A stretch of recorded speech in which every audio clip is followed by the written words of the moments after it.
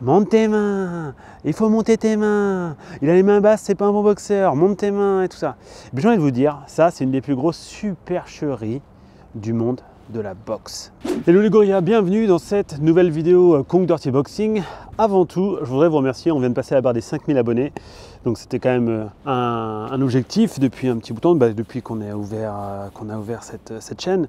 Donc tout d'abord merci, et à la fin de cette vidéo, je vais vous faire mettre un petit jeu à faire, et celui qui remportera ce jeu, il me filera son adresse et je lui enverrai un hoodie un peu dans ce style, mais logotisé Kung Dirty Boxing.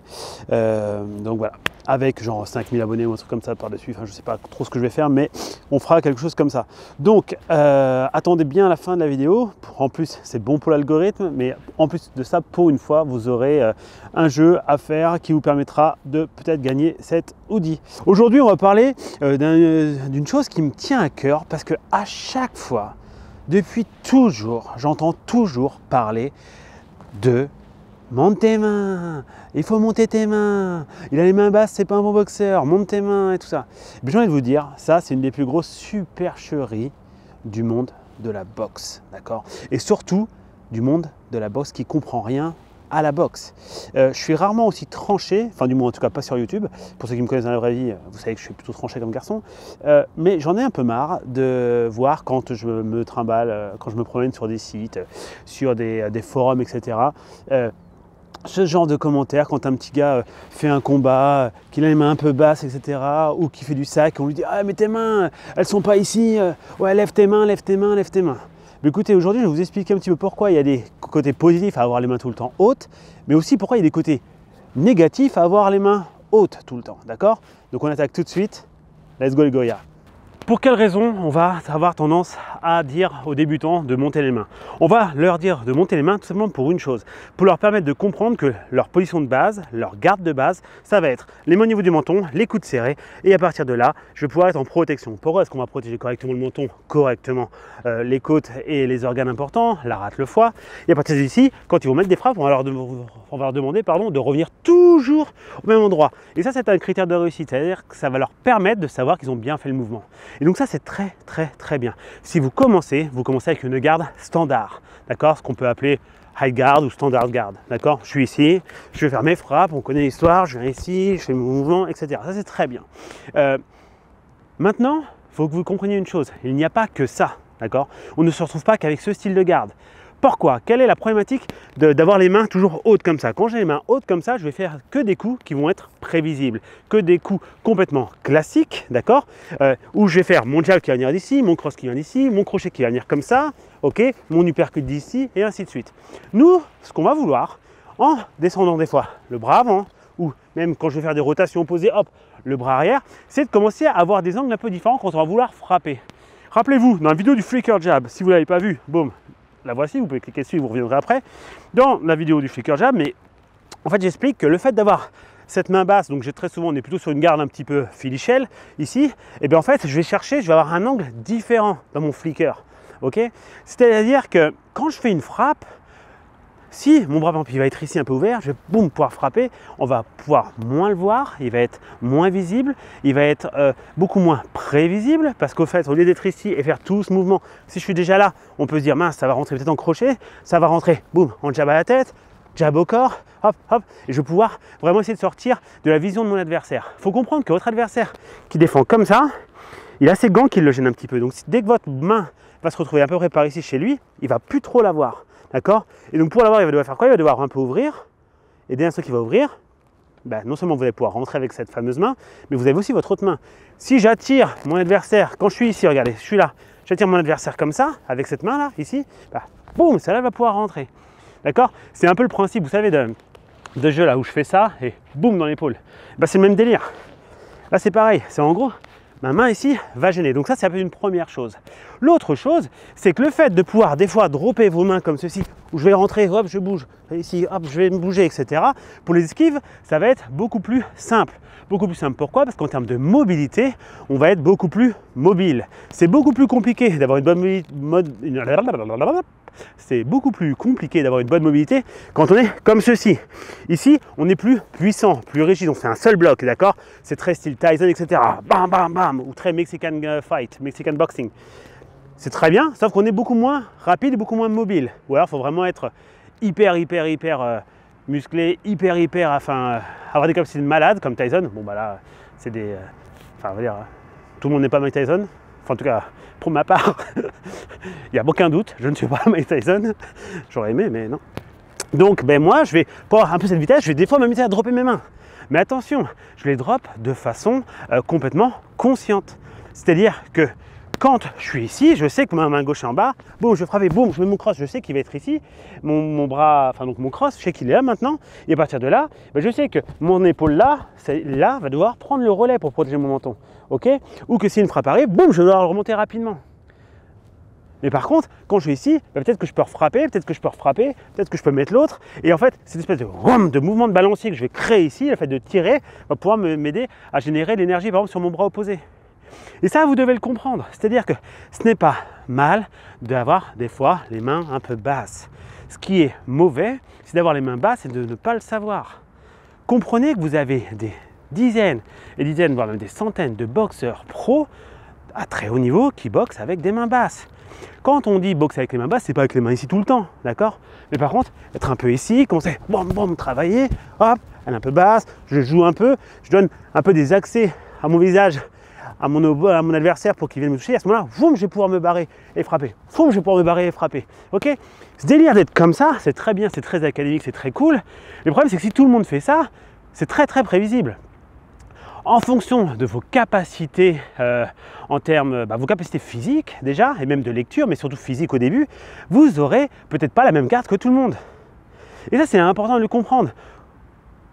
Si on fait boxer tout le monde comme ça, c'est-à-dire qu'on ne respecte pas forcément les capacités physiques des gens, d'accord?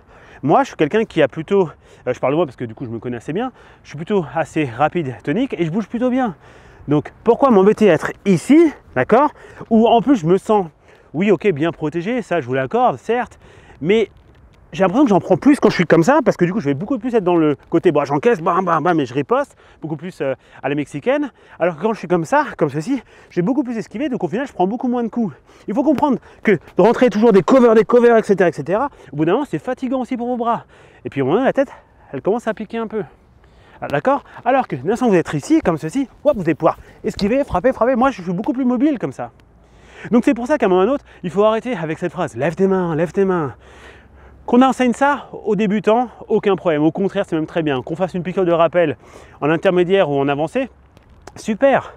Mais au bout d'un moment, laissez aussi les boxeurs essayer de trouver leur propre chemin. Ok? Je veux dire, avec l'accès à Internet, donc YouTube, l'accès au combat un peu partout, aussi bien sur YouTube que sur peu importe les sites, vous pouvez commencer à voir que les mecs, ils commencent vraiment à être mobiles. Ils frappent, ils bougent, ils ont les mains un peu basses, hop, des fois ils sont ici, ils esquivent. Alors oui, c'est plus dangereux, certes. Par contre, si j'arrive à bien esquiver et que je suis ici, boum, je vais pouvoir refrapper, j'aurai sûrement un meilleur retour que si je suis ici et que, oh purée, là je suis pas très bien, ça me gêne un petit peu.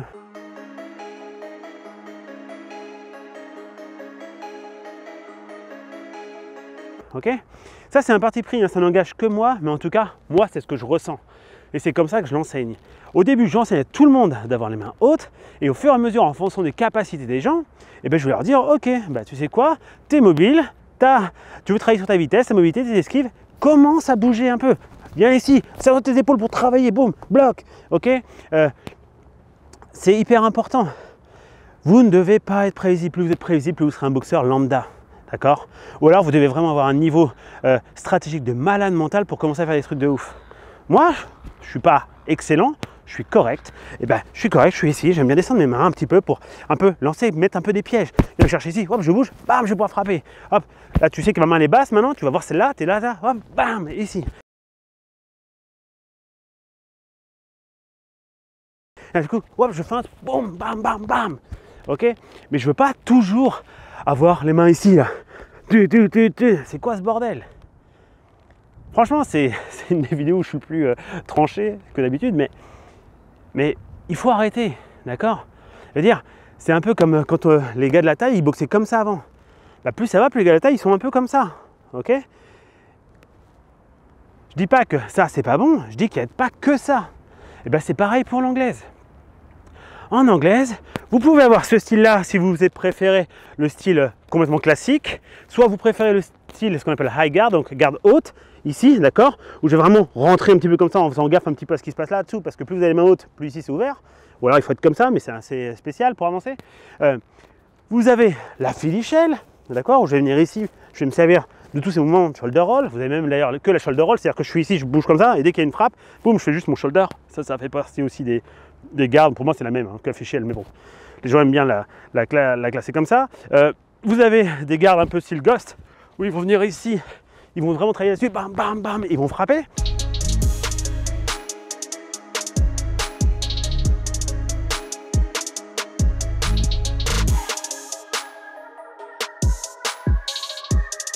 Alors évidemment, plus risqué, mais par contre, en termes de mobilité, autant vous dire que vous êtes efficace parce que vous allez aider votre corps à bouger de gauche à droite ou d'avant en arrière avec vos appuis et vos bras.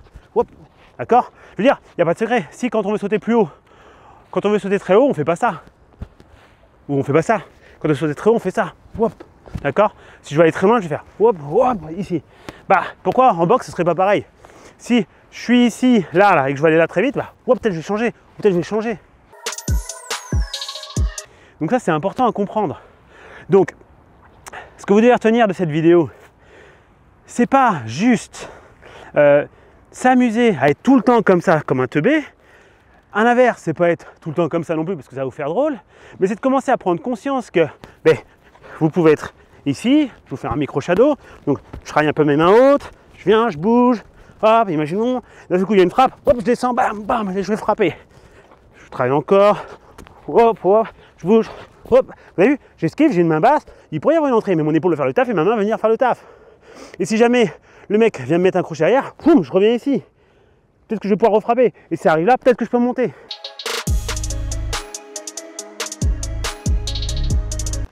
Une frappe qui arrive, hop, je me décale, ça m'aide à me décaler plus vite, let's go, boum. Et là, je génère de l'énergie vu que je ramène mon bras. Donc voilà, c'est vraiment quelque chose que vous devez absolument travailler. Parce que quand vous avez les mains hautes, les gars, réfléchissez à une chose. Je suis ici, je boxe. Quand on commence à mettre les mains là, une main ici, ou un point d'ancrage, je vais me retrouver comme ça. Et après, je suis vachement embêté. Alors que quand le mec il vient me mettre un point d'ancrage ou une frappe ici, je viens bloquer, j'ai toujours un accès ici où je peux travailler. Ben, c'est pas si con. D'accord? Si jamais, pareil, il vient me faire le point d'ancrage, je sais pas moi, sur ce bras gauche, là, je fais ça, je suis ici, et que ma main, je me rends compte qu'en fait, je peux un tout petit peu la dropper, pas être là, mais juste la mettre là, peut-être que je vais avoir des accès différents. D'accord? Il faut comprendre que quand vous commencez à avoir un certain niveau en boxe, il y a des mecs qui vont faire des trucs chelous des fois, qui marchent, des fois des mecs qui vont faire des trucs super techniques qui vont pas marcher, et il y a des gens qui vont commencer à vous embêter, qui vont avoir un peu plus de vis. Ils vont venir ici, ils vont boxer, hop, point d'ancrage, tirez votre bras, frappez. S'il est ici, que le mec qui vient mettre le point d'ancrage, vous commencez à descendre, mettre un peu d'angle, c'est-à-dire que je suis ici, hop, je mets un peu d'angle. Du coup, il n'y a pas eu d'emprise sur vous. Là, boum, crochet à la tête. Je suis ici, hop, boum, boum, bam, et je frappe. Ok, pareil, hop, je descends, bam, bam, je frappe. Hop, et je frappe, et je bouge. Hop, hop, hop, hop, hop. Donc voilà, c'est vachement important de comprendre que savoir boxer de temps en temps avec des mains un peu plus basses que d'habitude, c'est bien. Il faut juste, et ça c'est le point le plus important de cette vidéo, en être conscient. Quand je fais jab, cross, uppercut et que je descends ma main ici, j'en suis conscient, ce qui veut dire que forcément, la personne va peut-être vouloir venir ici. Mais derrière ça, je peux juste venir faire un bob, soit un shoulder roll, soit je peux remonter ma main si j'ai besoin, soit peut-être bob and weave, mais j'ai mon épaule qui m'aide.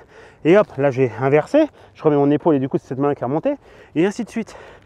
Comprenez que tout n'est pas noir ou blanc. Plus vous savez faire des choses, plus vous allez être gênant pour votre adversaire.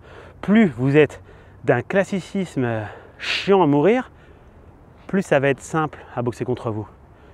D'accord? Donc n'hésitez pas à travailler sur ce genre de choses. Donc on va faire un exercice spécifique aujourd'hui, d'accord, pour travailler justement ça. On va s'amuser à travailler donc sur notre jab cross, on va faire un uppercut et on va descendre notre main tout de suite, d'accord. Dans un premier temps, on va même faire mieux, on va faire juste jab cross uppercut et on va descendre la main, juste là, d'accord. Donc 1, 2, 3 et je descends ma main, de profil, 1, 2, 3 et je descends la main.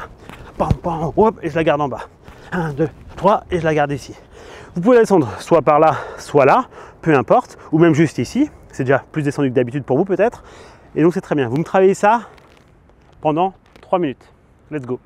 Ok, maintenant que vous avez fait celle-là, ce qu'on va faire, c'est qu'on va faire un deuxième exercice où on va faire donc 1, 2, 3, donc uppercut.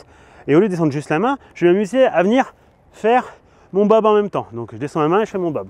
Encore, donc de face, 1, 2, 3, hop, et je me décale. Bam, bam, hop, et je me décale. Encore, je frappe, uppercut, et je me décale. Pareil, faites-le pendant 2-3 minutes. Let's go. Troisième exercice, eh bien on va garder toujours le même principe. Jab, cross, uppercut du bras avant. Je me décale ici, mais je ne vais pas me décaler complètement. Je vais juste faire descendre ma main avec une légère épaule qui vient fermer, comme si je venais faire shoulder roll. Et après, je vais faire hop, aller de l'autre côté, en droppant cette main droite et en protégeant le foie et les côtes ici. Ok? Encore, donc 1, 2, et ici, je viens là, hop, et je décale. 1, 2, 3, hop, encore. Je frappe, hop, encore. 1, 2, hop. Dernière. Ici et ici. Hop, hop, hop. Là, ce qui est intéressant, c'est qu'on peut imaginer que la personne aurait fait de jab, d'accord, en contre. C'est-à-dire, j'envoie mon jab, mon cross, mon uppercut, je me décale. Là, elle a envoyé un jab, donc je m'en fous, je le catch, ou je l'arrête avec mon épaule, ou juste je suis trop loin parce que j'ai légèrement reculé. Là, elle veut mettre son cross, foum, je pars de l'autre côté. Je me mets ici, d'accord, je tourne mon épaule, je donne mon épaule en protection, il n'y a pas de cela là, boum, je vais mettre un crochet. On va le faire, ça c'est le quatrième exercice du coup. Donc, je viens ici, je bouge, et je reviens. Quand vous faites votre frappe, ici, que vous décalez et que vous revenez là, vous allez remonter celle-là à la tête en même temps que vous mettez votre crochet. Et vous allez envoyer le poids du corps vers l'arrière. Boum. Ok? Transfert du poids de corps. Je le fais de profil. Je viens ici, je me décale. Encore. Je frappe, je me décale, je frappe. Impec. Ouais. Je me décale, je frappe. Ouais. Encore. Et bien on pourrait évidemment, au lieu de venir vers l'arrière, on pourrait vouloir casser la distance sur le crochet comme un check hook. Je suis ici, hop, je viens ici. Je travaille, hop, je travaille encore. Hey. Dernière. Impec. Donc vous voyez, en l'occurrence, avoir les mains basses, c'est pas forcément quelque chose de négatif, dès l'instant qu'on sait qu'on le fait. Et c'est là où c'est toujours intéressant. D'accord? Donc, entraînez-vous de votre côté. Je viens ici, je peux jab, cross, un crochet, je descends ma main, je regarde ce qui se passe. Peut-être qu'il va me frapper, je vais voir catcher, refrapper derrière. Peut-être je vais voir catcher, cover, s'il vient me frapper. Parce que peut-être que s'il met son crochet, cover, je vais pouvoir remonter. Comprenez que le fait, donc je viens ici, je frappe, je descends, là ça ferme l'accès parce que je boum, c'est à mon épaule. Là je vais pouvoir venir bloquer. Et du coup, regardez, j'ai une possibilité de contrer direct ou contrer direct, mais surtout une possibilité ici de pouvoir avoir un angle que la personne ne va pas forcément voir vu qu'elle va être dans sa frappe. Et là, je vais pouvoir travailler sur le foie, travailler à la tête, mais de possibilités. Ou juste venir ici pour un ancrage, pour enfuir, ou juste quand il met son crochet, je le bloque, là, je le pousse, hop, et je me décale. Bref, vous avez toujours à fond de possibilités. Donc à vous de créer vos propres combos, faites des choses qui se tiennent, qui ne sont pas trop farfelues, mais n'hésitez pas à commencer à tester, à descendre vos mains. D'accord? Pas tout le temps, et si vous le faites, soyez conscient que vous le faites. D'accord? Vous allez voir, ça va peut-être vous aider à esquiver un peu plus facilement. Par contre, évidemment, on ne descend pas les mains comme ça, on va peut-être en descendre qu'une au début, peut-être après un peu plus les deux, mais par contre, on va être capable de vite refermer l'accès à mon menton, rentrer le menton, passer l'épaule, mettre les mains, et s'amuser à faire ce genre de choses. Ok? C'est vraiment important. Ok, donc c'est tout pour cette vidéo d'aujourd'hui, d'accord? Donc travaillez vraiment là-dessus, commencez à essayer de prendre conscience que vous pouvez dropper vos mains de temps en temps, et essayer de trouver des frappes avec des angles un peu différents. Ça, c'est vraiment important. Donc, le jeu, roulement de tambour, vas-y Marcel, chauffe. Ok, donc ce que je vais vous demander, si vous voulez gagner cette hoodie, il y en a un à gagner pour l'instant, parce que clairement, je ne suis pas du tout sponsorisé, donc j'en fais gagner un, puis on verra si ça fonctionne, et peut-être que ça vous motivera à abonner des gens, blablabla. Pour gagner ce hoodie, donc ce genre de truc là, avec juste écrit Kong, etc., vous devez, d'accord, écoutez bien, vous devez commenter un maximum de choses dans cette vidéo. C'est-à-dire que le but, c'est de faire péter l'algorithme, d'accord? C'est-à-dire que vous pouvez marquer, au lieu de me mettre une phrase du genre salut Kong, c'est cool, bravo, merci, sympa, ouais, toujours blablabla, voilà, c'est super. Au lieu de le faire en un message, Faites-le salut, plus loin entrée, donc hop, vous envoyez un message, Kong, bam, bam, vous voyez, vous pouvez faire ce genre de choses. Moi, le but, c'est qu'on pète les commentaires. Je veux un max de commentaires. Un max de commentaires, ça va m'aider vraiment, vraiment à encore augmenter la visibilité. D'accord? Parce que des fois, YouTube, l'algorithme, il fait des trucs un peu chelous. Donc, n'hésitez pas. Ok? Celui qu'on aura fait le plus, bah clairement, je le contacterai. Enfin, je lui dirai de me contacter sur Insta. Et puis, en fonction, après, on gérera pour qu'il ait son hoodie. Voilà. J'espère que cette vidéo vous a plu. J'ai envie de dire en route vers les 10 000. Hein, 10 000. On a fait 5 000. 10 000, ça va être long avant qu'on y arrive. Mais bon, je veux dire, pourquoi pas. Hein. Donc en route vers les 10 000, les gars. Tchou, bye bye, à bientôt.